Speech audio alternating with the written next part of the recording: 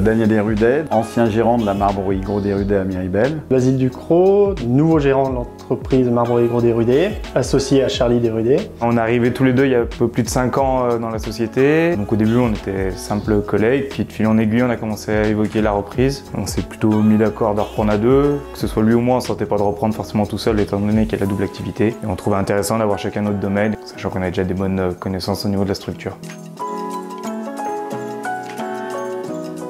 Nous sommes à Brocatel, bienvenue dans une autre marbrerie de décoration. Notre envie, c'était de travailler un petit peu différemment de ce qu'il y avait de proposé jusqu'à présent, c'est-à-dire qu'on s'est rapidement rapproché des designers, des architectes d'intérieur pour leur proposer nos matières, nos savoir-faire et pour accéder à des projets un peu atypiques où on puisse s'exprimer. Le métier de marbrier consiste à réaliser tout type d'ouvrages à base de pierres naturelles, aussi bien pour la décoration à l'intérieur que pour le funéraire. Nous, on fait que transformer la matière, on fait que la porter sur un plateau quoi, et lui révéler toute sa beauté.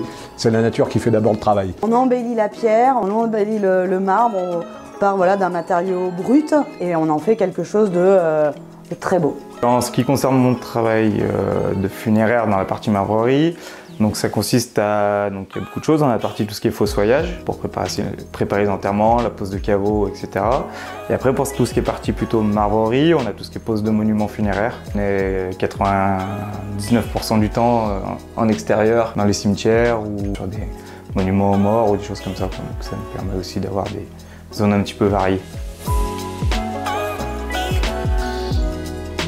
Il y a une bonne dizaine d'années, on a entrepris une démarche un peu novatrice en mettant au point un système de lames et des roches. Qui consiste à assembler plusieurs lames de pierre de différentes couleurs, puis retailler dedans pour former des vases, former des éviers, des éléments décoratifs. On a à cœur de sensibiliser des jeunes, de les accueillir et de les former pour que ce métier-là traverse le temps. C'est un métier qui découvre, généralement ça leur plaît ou ça leur plaît pas. Et ceux qui accrochent, généralement on les retrouve après, 10 ans après dans la profession. Quoi. En plus, chez nous, ils travaillent vraiment à l'ancienne. Tout de suite ils adhèrent, très souvent ils adhèrent. Voilà. Je suis une femme, petit gabarit, avec les a priori de la société, j'aurais jamais dû être dans ce métier. Et au final, j'ai fait ma petite carrière, elle n'est pas finie, dans ce corps de métier.